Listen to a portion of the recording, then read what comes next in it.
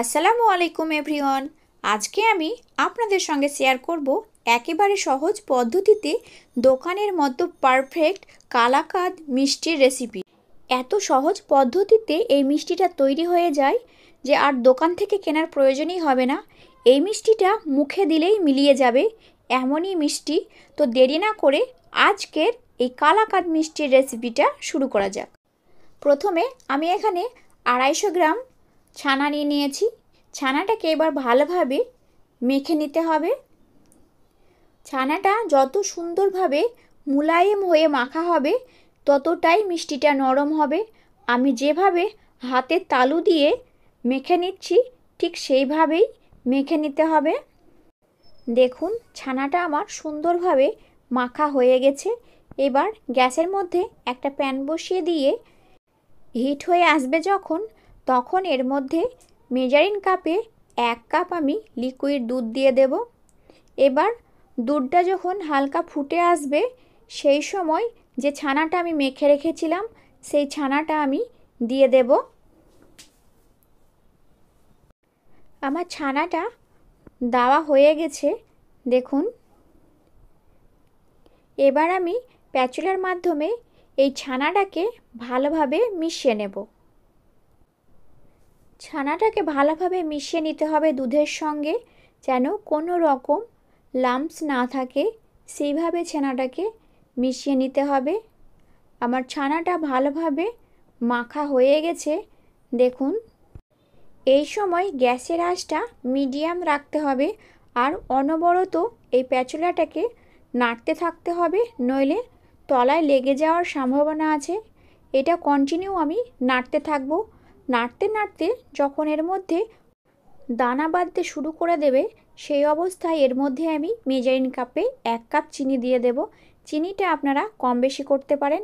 এবার এটাকে কন্টিনিউ নাড়তে থাকবো চিনিটা যতক্ষণ না মেল্ট হয়ে যাচ্ছে। আমি এই সময় গ্যাসের আঁচটা কিন্তু মিডিয়ামই আছে। এর মধ্যে যখন দানা বাঁধতে শুরু করে দেবে সেই সময় আমি এর মধ্যে 1 কাপ গুঁড়ো দুধ দিয়ে দেব। গুঁড়ো দুধটা দিলে টেস্টটাও দ্বিগুণ বেড়ে যাবে। এবার গুঁড়ো দুধটাকে ভালোভাবে এই ছানার সঙ্গে মিশিয়ে নেব। এবার ফ্লেভারের জন্য আমি 1 চামচ এলাচের গুঁড়ো দিয়ে দিলাম। এবার এলাচের গুঁড়োটা ভালোভাবে এই ছানার সঙ্গে মিশিয়ে নেব। আমার সুন্দরভাবে মেশানো হয়ে গেলে প্যাচুলার মাধ্যমে এই ছানাটাকে মোটা মোটা দানা বাঁধতে দেওয়া হবে না। দেখুন ছানাটা আমার ঘন হয়ে এসেছে। ছানাটা আমার প্যান থেকে ছাড়তে শুরু করেছে। এই পর্যায়ে আমি গ্যাসটা বন্ধ করে দেব। এবার এটাকে একটু ঠান্ডা করে নেব।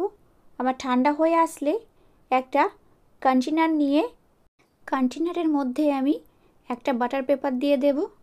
আমার বাটার পেপারটা সুন্দরভাবে কন্টেনারের মধ্যে সেট করে নিয়েছি। এবার যে ছানাটা আমি ঠান্ডা করে রেখেছিলাম সেই ছানাটা এই কন্টেনারের মধ্যে ঢেলে দেব। আমার ঢালা হয়ে গেছে।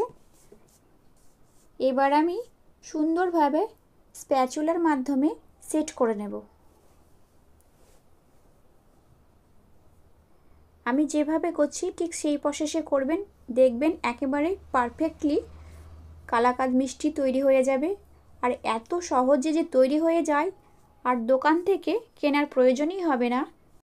এবারে ছানার মধ্যে আমি পেস্তা কুচি করে দিয়ে দেব। আমার দেওয়া হয়ে গেলে 30 মিনিট আমি ঠান্ডা করে নেব। 30 মিনিট পর আমি আপনাদের তুলে দেখাচ্ছি। ছানাটা আমার সুন্দরভাবে সেট হয়ে গেছে। এবার আমি একটা নাইফের সাহায্যে কেটে নেব। কালাকাঁদ মিষ্টিটা একেবারে পারফেক্ট তৈরি হয়ে গেছে। আমি এখানে চৌকো শেপ দিয়ে নিয়েছি। আপনারা চাইলে লম্বা করেও কাটতে পারেন। দেখুন আপনাদের একটা তুলে দেখাচ্ছি, একেবারে পারফেক্ট হয়েছে, মুখে দিলেই মিলিয়ে যাবে। আমার এই রেসিপিটা যদি আপনাদের ভালো লেগে থাকে তো অবশ্যই বাড়িতে ট্রাই করবেন এবং কেমন হলো আমাকে কমেন্টে জানাতে ভুলবেন না। যাদের ডায়াবেটিস আছে তারাও এই মিষ্টিটা খুব সহজেই খেয়ে নিতে পারে। একেবারে হালকা মিষ্টি দিয়ে তৈরি হয়। এই মিষ্টিটা আপনারা দিওয়ালিতেও তৈরি করে নিতে পারেন। আমার এই রেসিপিটা যদি আপনাদের ভালো লেগে থাকে তো অবশ্যই বাড়িতে ট্রাই করবেন এবং কেমন হলো আমাকে কমেন্টে জানাতে ভুলবেন না। এই রেসিপিটা যদি আপনারা ইউটিউব থেকে দেখে থাকেন তো আমার চ্যানেলটিকে লাইক এবং সাবস্ক্রাইব করে দেবেন, আর ফেসবুক থেকে দেখে থাকলে পেজটাকে ফলো করে দেবেন। দেখা হচ্ছে নতুন কোনো রেসিপি নিয়ে। আপনারা সকলে ভালো থাকবেন এবং সুস্থ থাকবেন।